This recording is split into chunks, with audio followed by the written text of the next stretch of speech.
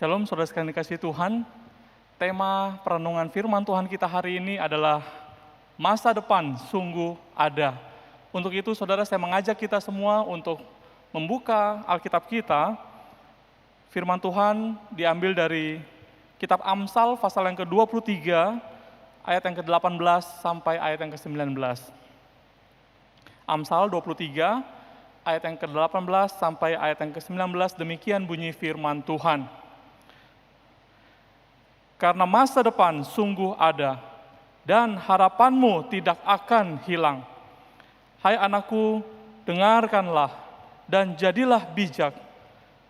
Tujukanlah hatimu ke jalan yang benar. Mari saudara, sebelum kita lebih jauh merenungkan bagian firman Tuhan ini, saya mengajak kita sekalian untuk sekali lagi tundukkan kepala, kita bersahati di dalam doa. Ya Tuhan, kami bersyukur padamu, oleh karena di tengah-tengah situasi yang begitu mengkhawatirkan kami ya Tuhan, Engkau memberikan kepada kami kesempatan di pagi hari ini untuk kami boleh beribadah, menyembah, memuji nama-Mu. Bahkan pada saat ini kami boleh merasakan hadirat-Mu melalui kebenaran firman Tuhan yang sebentar akan kami dengarkan. Ya Tuhan, pada masa-masa seperti ini, firman-Mu, suara-Mu ya Tuhan, sungguh kami perlukan untuk kemudian menguatkan dan meneguhkan hati kami, bahwa di dalam Engkau selalu ada pengharapan akan masa depan. Berbicaralah ya Bapa, oleh sebab kami anak-anak-Mu, kami telah siap untuk mendengar firman. Kami bersyukur dan berdoa di dalam nama Tuhan Yesus. Amin. Saudara sekalian dikasihi Tuhan, saya akan memulai firman Tuhan dengan sebuah kisah nyata, kisah ajaib, yang kemudian menjadi sebuah tayangan bioskop, saudara. Ya, pada tahun 2015, sebuah film yang berjudul The 33, ya, 33. Ya, saudara, ini adalah sebuah kisah nyata terjadinya insiden kecelakaan di areal pertambangan di negara Chile di Amerika Latin. Jadi peristiwa nyatanya sendiri terjadi pada tahun 2010. Saudara, insiden runtuhnya tanah dan batu yang menutup terowongan pertambangan dan memutus jalan antara dunia yang ada di permukaan tanah dengan terowongan yang di bawah tanah, saudara. Jadi ada 33 pekerja tambang yang terjebak di dalam tanah dengan jarak dari permukaan tanah itu di dalam kedalaman 700 meter di dalam tanah. Bahkan terowongan itu sendiri kalau ditelusuri, saudara, jaraknya itu kurang lebih 5 kilometer di bawah tanah. Saudara sekalian dikasihi Tuhan, mereka harus bertahan hidup di dalam tanah dengan situasi yang sangat terbatas. Makanan mereka sangat terbatas, saudara. Mereka harus membagi secara rata dan adil sisa-sisa makanan yang ada untuk mereka boleh hidup dari hari ke hari. Komunikasi mereka terputus, mereka tidak bisa lagi berkomunikasi dengan berbagai saluran komunikasi yang ada dengan dunia yang di atas. Dan ruangan mereka juga sangat terbatas sekali. Saudara sekalian kasih Tuhan, tim evakuasi dari pemerintah dan juga dari perusahaan bekerja keras untuk bisa mengeluarkan 33 pekerja tambang yang di bawah, yang terjebak di dalam tanah tersebut. Namun sampai pada hari yang ke-14, saudara, udah 2 minggu, usaha mereka belum juga menemukan hasil, belum ada tanda-tanda kehidupan yang ada di sana. Sebetulnya keluarga juga sudah mulai putus asa. Dan bahkan pemerintah tetap melanjutkan usaha penyelamatan sampai hari yang ke-30, 1 bulan, saudara, belum juga mendapatkan hasil. Dan seluruh masyarakat di negara Chile sudah mulai pasrah dan putus asa. Saudara, digambarkan dalam film tersebut, pada saat sudah lewat dari hari ke-30 sebetulnya di dalam tanah, beberapa sudah mulai menyerah. Mereka yakin orang-orang yang ada di atas sudah menyerah untuk mencari mereka, untuk menolong mereka. Beberapa juga saudara sudah sakit, sudah mulai sakit, dan mulai bersiap untuk merasa inilah saat terakhir hidup mereka, dan mengira bahwa di bawah tanah itulah kuburan mereka. Saudara, tetapi di tengah-tengah putus asaan ke-33 pekerja tambang ini, ada satu tokoh kemudian yang bernama Mario, yang digambarkan sebagai tokoh yang pembawa suasana, pembawa semangat di antara mereka. Dia juga terus mengingatkan agar mereka jangan berputus asa dan mendorong mereka untuk terus berdoa dan berharap kepada Tuhan bahwa suatu nanti Tuhan akan menyelamatkan mereka semua dan mengeluarkan mereka dari tanah tersebut. Di sanalah ia kembali membangkitkan semangat dan pengharapan ke seluruh peserta orang-orang pekerja tambang yang ada di situ untuk terus boleh berdoa bersama-sama, untuk terus boleh semangat kembali. Mereka berharap kembali kepada Tuhan. Saudara sekalian dikasihi Tuhan, demikian juga para keluarga yang ada di atas yang menunggu menanti mereka terus, dan masyarakat luas. Mereka berkumpul dan berdoa dan berharap Tuhan akan menolong. Walaupun sudah lewat 2 bulan, 60 hari, dan belum ditemukan tanda-tanda kehidupan di bawah tanah tersebut, saudara. Saudara, singkat cerita, akhirnya dengan bantuan tim NASA dari Amerika Serikat, maka juga oleh negara-negara lain, maka pada hari yang ke-69, saudara, pada hari yang ke-69, tim penyelamat berhasil menemukan dan akhirnya mengeluarkan mereka satu persatu dari dalam tanah dengan keadaan selamat. Dan ke-33 orang itu akhirnya seperti merasakan mendapat kehidupannya kembali. Puji Tuhan. Saudara sekalian dikasihi Tuhan, disinilah kita melihat keajaiban dari sebuah pengharapan, saudara. Pengharapan adalah kekuatan bagi manusia untuk terus bertahan di dalam kesulitan. Pengharapan dapat membuat manusia untuk berjuang menggapai masa depan. Saudara, iman dan pengharapan membuat orang yang telah mengalami kegagalan untuk tidak menyerah dan mau bercoba dan berusaha lagi dan lagi untuk mencapai keberhasilan. Saudara sekalian yang kasih Tuhan, pengharapan juga membuat orang yang tengah bergumul dalam sakit penyakit apapun juga untuk dapat terus berjuang dan mengupayakan kesembuhan dan menghadapi hari esok yang lebih baik. Saudara sekalian dikasih Tuhan, hari ini jikalau Tuhan izinkan kita untuk kembali masuk ke dalam situasi yang tidak menentu dan mengkhawatirkan kita, saya percaya banyak di antara kita yang juga sudah mulai bertanya di dalam hati, sampai kapan ya Tuhan? Sampai kapan saya dapat kuat untuk terus bertahan dalam kondisi seperti ini? Saudara, mungkin kita bertanya, dan apakah masih ada masa depan bagi kita yang hidup di generasi seperti ini? Apakah kita masih bisa berharap akan sebuah kata yang bernama sukses pada masa yang akan mendatang? Bahkan pertanyaan yang lebih tajam daripada semuanya itu adalah, berapa lama lagi waktu yang Tuhan berikan bagi kita untuk hidup di dalam dunia ini? Apakah betul masih ada masa depan bagi kita? Saudara sekalian dikasihi Tuhan, hari ini kita bersyukur kepada Tuhan bahwa firman Tuhan berkata di dalam Amsal pasal yang ke-23 ayat yang ke-18 yang tadi sudah kita baca. Firman Tuhan berkata, karena masa depan sungguh ada dan harapanmu tidak akan hilang. Saudara, firman Tuhan memberitahukan kepada kita bahwa ada masa depan bagi kita. Masa depan sungguh ada. Yang pertama, saudara, bagi orang yang percaya kepada Tuhan. Saudara, masa depan ada bagi kita yang percaya kepada Tuhan. Saudara, dalam Ibrani pasal yang ke-11 ayat yang pertama berkata, iman adalah dasar dari segala sesuatu yang kita harapkan dan bukti dari segala sesuatu yang tidak kita lihat.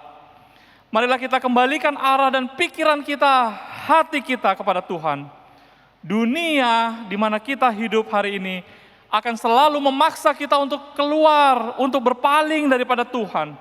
Dunia berkata kepada kita, kamu telah gagal, kamu tidak akan berhasil, kamu tidak perlu lagi menderita untuk menjaga kekudusan hidup, karena sudah tidak ada masa depan bagimu. Tetapi saudara, jangan percaya kata-kata dunia. Firman Tuhan berkata, bahwa engkau berharga di mata Tuhan, bahwa Tuhan Yesus mengasihimu. Bahkan karena Ia begitu mengasihi kita, saudara, Ia telah datang ke dalam dunia ini untuk menebus kita dari segala dosa dan kesalahan kita. Sehingga kita kemudian mendapatkan pengampunan dosa dari Allah dan dijauhkan dari murka Allah.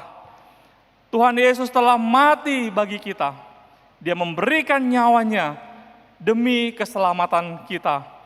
Dan Tuhan Yesus juga telah bangkit untuk mengalahkan kematian, supaya kita suatu hari bersama-sama dengan kebangkitan Kristus, kita dibangkitkan bersama-sama. Saudara sekalian dikasihi Tuhan, supaya kita semua yang percaya kepada Tuhan Yesus, kita mendapatkan pembaharuan hidup dan juga hidup yang kekal. Saudara, inilah janji pengharapan yang terbaik bagi kita. Inilah masa depan kita, saudara. Maka pertanyaannya sekarang bagi kita, percayakah kita akan semua firman Tuhan ini?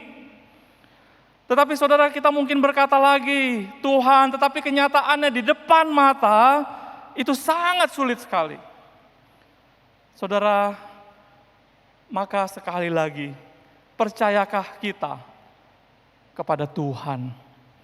Saudara, firman Tuhan berkata di dalam Amsal pasal yang ke-3, ayat yang ke-5 sampai ayat yang ke-6 berkata, percayalah kepada Tuhan dengan segenap hatimu, dan janganlah bersandar kepada pengertianmu sendiri. Akuilah Dia dalam segala lakumu, maka Ia akan meluruskan jalanmu. Saudara, dalam situasi seperti ini adalah waktu terbaik bagi kita untuk menguji seberapa jauh iman percaya kita kepada Tuhan. Selama ini kita hidup dalam kenyamanan dan kelancaran. Kita bisa setia beribadah, kita bisa melayani Tuhan. Tetapi dalam keadaan yang sulit seperti sekarang ini, apakah masih ada kesetiaan kita untuk kita percaya kepada Tuhan? Apakah masih ada kesetiaan kita untuk mencari hadirat Tuhan dengan segenap hati kita? Apakah kita masih punya kerinduan untuk melayani Tuhan dan menjadi berkat bagi sesama kita? Saudara sekalian dikasihi Tuhan, janganlah kita khawatir hari depan kita akan jadi seperti apa. Tetapi patutlah kita khawatir kepada diri kita masing-masing saat ini. Apakah kita masih sungguh-sungguh beriman dan percaya kepada Tuhan? Apakah kita masih berharap kepada Tuhan dan menyerahkan yang terbaik untuk Tuhan nyatakan bagi kita? Saudara, Injil Lukas pasal yang ke-18 ayat yang ke-7 sampai ayat yang ke-8 berkata, tidakkah Allah akan membenarkan orang-orang pilihannya yang siang malam berseru kepadanya, dan adakah Ia mengulur-ulur waktu sebelum menolong mereka? Aku berkata kepadamu, Ia akan segera membenarkan mereka. Akan tetapi, jika Anak Manusia itu datang, adakah Ia mendapati iman di bumi?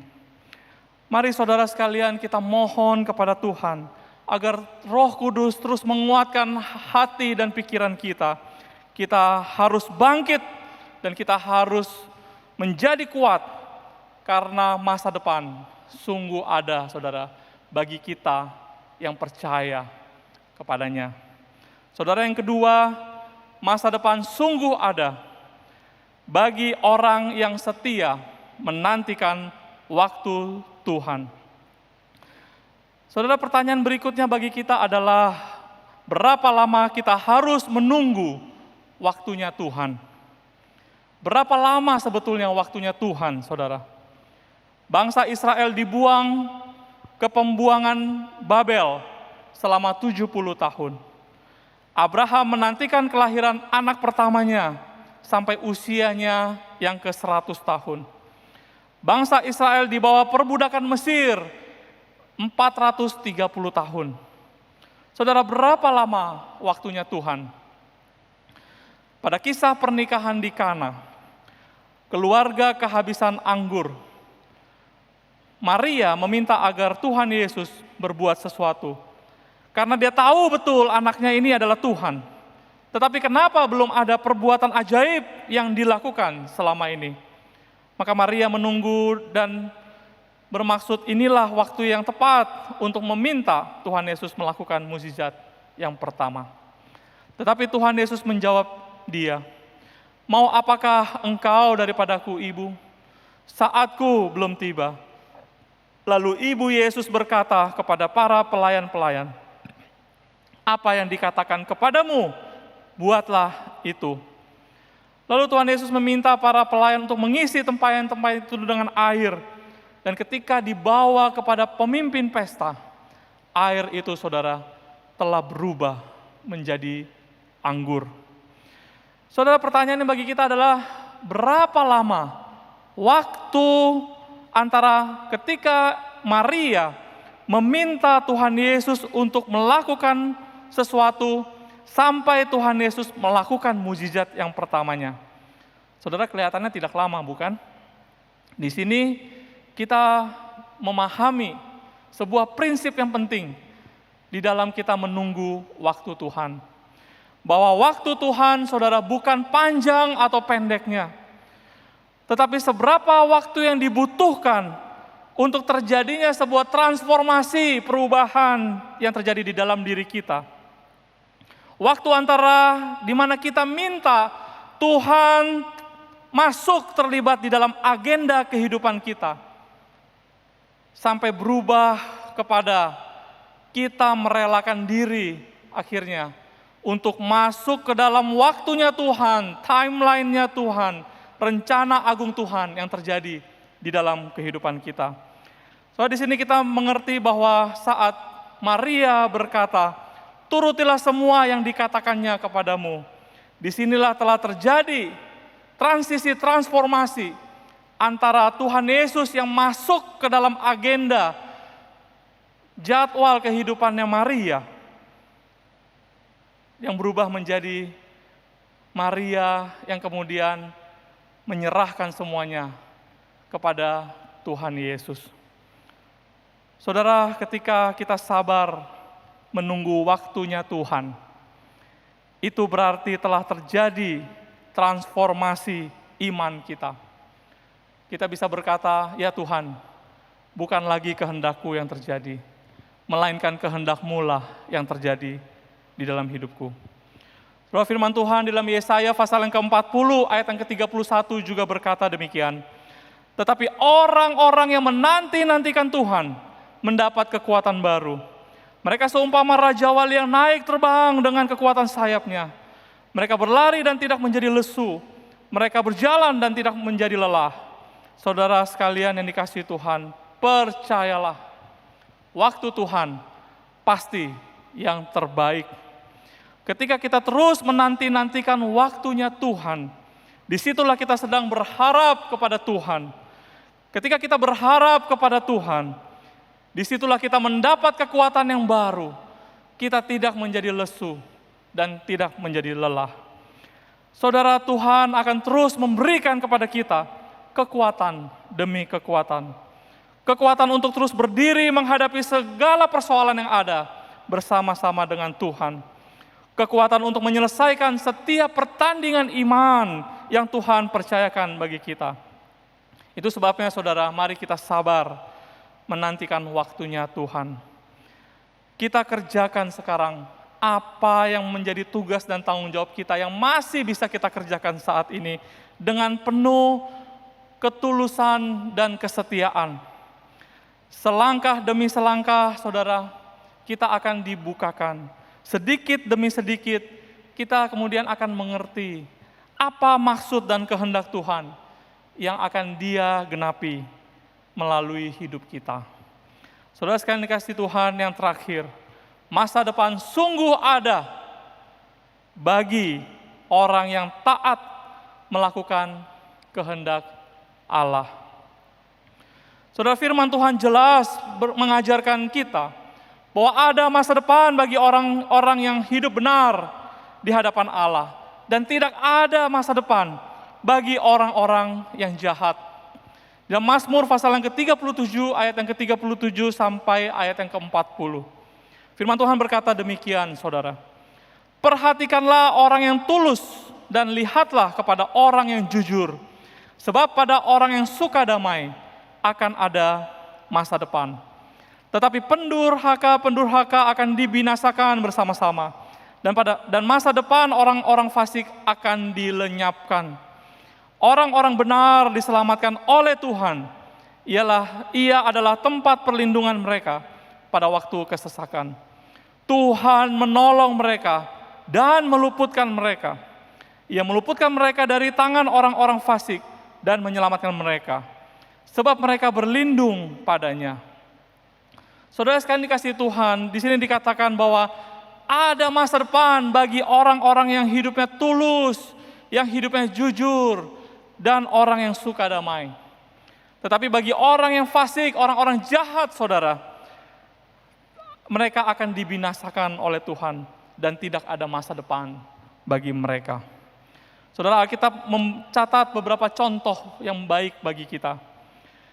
Apakah ada masa depan bagi Yusuf? Seorang yang sejak kecil telah dibuang oleh saudara-saudaranya sendiri. Seorang yang pernah mengalami hidup menjadi seorang budak.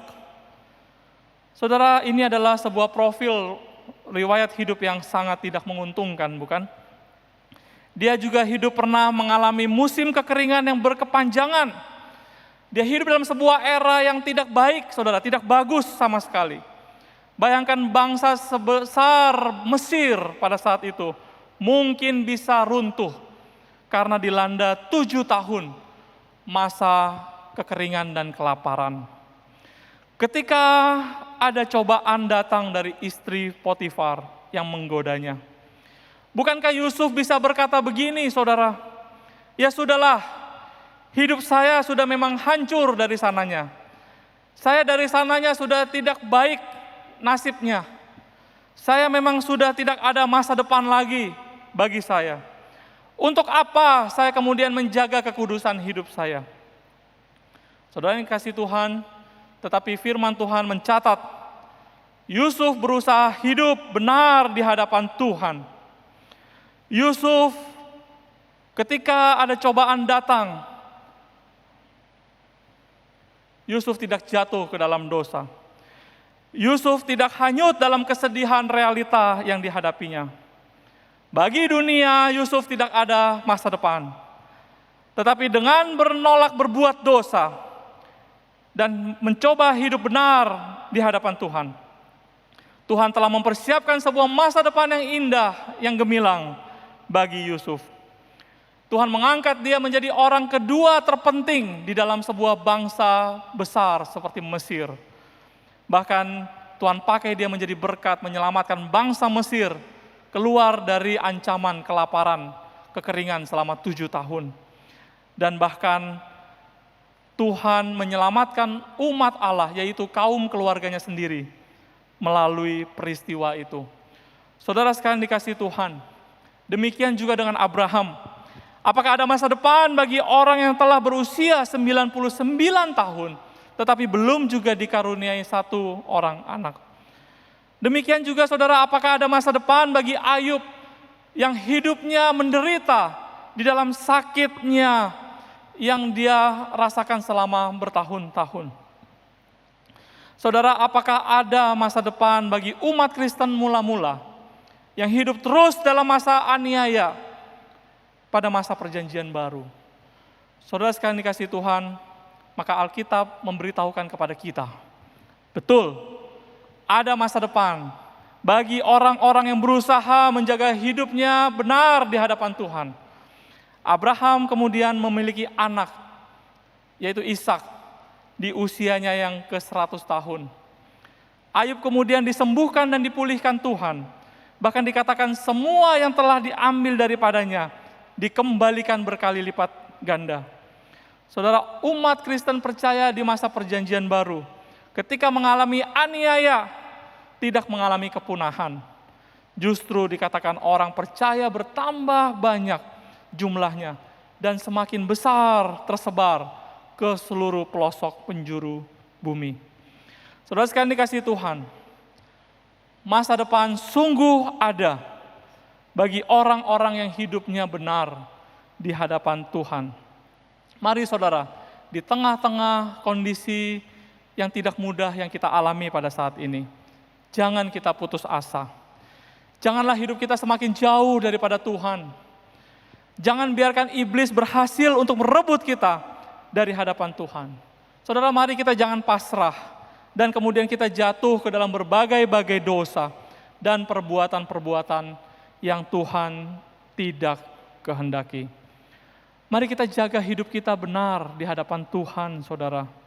Mari kita jaga hidup kita bersih kelakuannya di hadapan Tuhan. Firman Tuhan berkata, dengan apakah seorang menjaga kelakuannya bersih di hadapan Tuhan?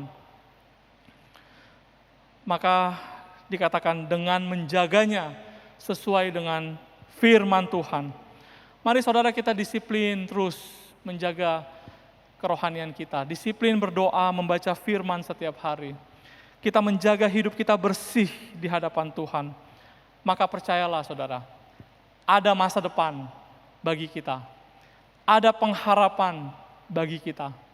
Ada kekuatan yang Tuhan anugerahkan bagi kita sehari lepas sehari. Saudara sekalian kasih Tuhan, minggu-minggu ini merupakan minggu-minggu yang berat buat kita. Ini adalah lembah kekelaman yang Tuhan izinkan kita lalui, saudara. Sebagian dari keluarga besar jemaat gereja kita mengalami terpapar virus COVID. Kita bersyukur sebagian sudah dipulihkan. Sebagian sampai saat ini masih bergumul di dalam pemulihan dari COVID. Tapi kita juga berduka karena kita juga kehilangan beberapa anggota keluarga besar rohani kita pada masa-masa ini. Saudara, apapun yang terjadi, mari kita jangan berputus asa. Apapun yang terjadi, saudara, rencana Tuhan tetap yang terbaik untuk kita. Apapun yang terjadi, saudara, Tuhan itu tetap baik buat kita untuk selama-lamanya. Saudara sekalian dikasihi Tuhan, kita percaya keadaan pelan-pelan akan dipulihkan oleh Tuhan. Bagaimana hari-hari ke depan kita belum bisa memastikan. Tetapi ada hal yang perlu kita pastikan saat ini, saudara. Dan itu adalah hal yang paling penting bagi kita yang ingin memiliki masa depan di dalam Tuhan. Mari saudara, kita tetap percaya dan beriman kepada Tuhan yang akan menyelamatkan kita. Mari kita tetap percaya kepada Tuhan. Mari saudara kita tetap setia menunggu waktunya Tuhan. Dengan sungguh-sungguh, dengan taat, dengan kesetiaan kita. Waktu Tuhan adalah yang terbaik bagi kita. Mari kita menjaga hidup kita bersih di hadapan Tuhan. Kita menjaga kelakuan kita, saudara. Kita menjaga sesuai dengan firman Tuhan. Kita disiplin untuk berdoa, membaca firman. Sehingga hidup kita menjadi hidup yang benar di hadapan Tuhan. Kalau kita pastikan hal-hal ini terjadi bagi kita, maka percayalah dan yakinlah saudara, masa depan sungguh ada untuk kita. Firman Tuhan berkata, masa depan sungguh ada bagi kita. Di dalam Dia, saudara, harapan kita tidak akan hilang. Amin, saudara. Mari kita berdoa. Ya Tuhan, kami bersyukur untuk kebenaran firman-Mu yang kembali menguatkan kami. Di tengah-tengah ketidakpastian kehidupan yang kami alami saat ini, firman-Mu meneguhkan iman kepercayaan kami. Karena di dalam Engkau ya Tuhan, kami percaya ada masa depan yang gemilang yang Tuhan sudah sediakan bagi kami. Itulah sebabnya kuatkanlah hati kami pada saat-saat seperti itu untuk kami boleh terus bertekun dalam hidup kami, menunggu waktu-Mu ya Tuhan. Karena kami percaya waktu Engkau adalah waktu yang terbaik. Dan kami boleh sungguh-sungguh dengan pertolongan Roh Kudus, kami menjaga kekudusan hidup kami pada saat ini. Kami menjaga kelakuan kami bersih di hadapan-Mu ya Tuhan. Karena kami percaya bagi orang-orang yang tulus seperti firman-Mu berkata, akan ada masa depan. Terima kasih Tuhan untuk kekuatan dan pengharapan yang daripada-Mu. Tuhan terus kuatkan kami, materaikan firman-Mu di dalam hati kami yang terdalam. Oleh sebab dengan pertolongan Roh Kudus, kami akan melakukannya di dalam kehidupan kami. Oleh karena kami bersyukur dan berdoa di dalam nama Tuhan Yesus. Amin. Amin saudara, Tuhan Yesus memberkati kita.